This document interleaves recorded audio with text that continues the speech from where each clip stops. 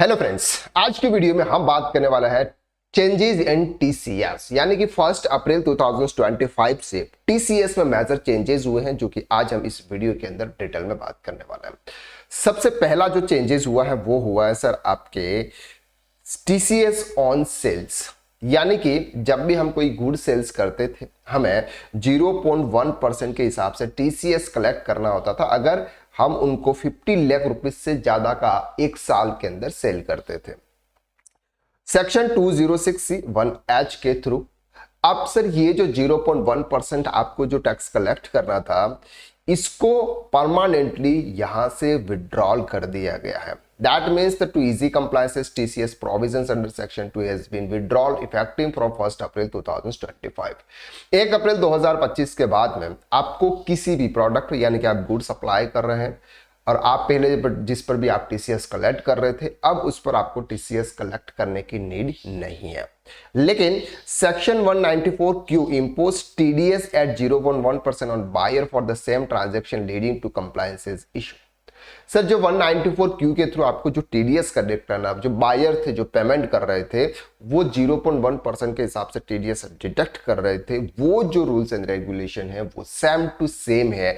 यहां पर सिर्फ जो बात की जा रही है वो सेलर के लिए की जा रही है, यानी कि जो गुड सेल्स कर रहा है उसको टीसीएस कलेक्ट करने की जरूरत नहीं है।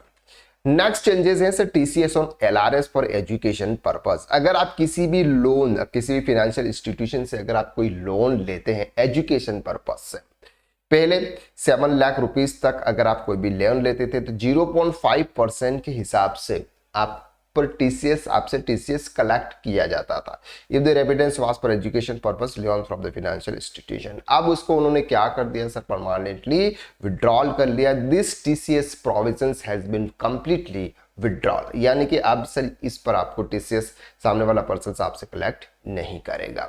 No TCS will be collected remittance for education purpose funded through loans. This will be effective from 1 April 2025। Increase in exemption limit for TCS on LRS leveraged remittance scheme. इसके अंदर से पहले जो वैल्यू थी इसे 7 लाख रुपीस की limit थी, उस लिमिट को उन्होंने इंक्रीज करके 10 लाख रुपीस कर दिया। पहले सर 7 लाख रुपीस तक अगर आपका लोन है तो आपको टीसीएस कलेक्ट करना था, लेकिन अब उसकी लिमिट को बढ़ाकर 10 लाख रुपीस कर दिया। अगर आपका 10 लाख रुपीस से ज्यादा का अगर आपका लोन है तो ही आपका टीसीएस कलेक्ट होगा, अदरवाइज नहीं होगा। एंड लास्ट है sir removal of higher TDS TCS non filer of income tax return. जो person income tax return file नहीं करते थे उन पर हायर रेट से टीडीएस और टीसीएस कलेक्ट किया जाता था, लेकिन इसको देखना समझना थोड़ा सा मुश्किल होता था कि सर किस पर्सन ने इनकम टैक्स रिटर्न फाइल नहीं किया हुआ है या किसने किया है। यह सब कुछ बहुत बड़े कॉम्प्लेक्सेस थे, इस वजह से उन्होंने क्या कर दिया सर, इसको परमानेंटली रिमूव कर दिया। 206AB और 206CCA impose higher TDS non-filer of income tax at return. Deductor and collector face difficulties to verify the tax compliances parties involved।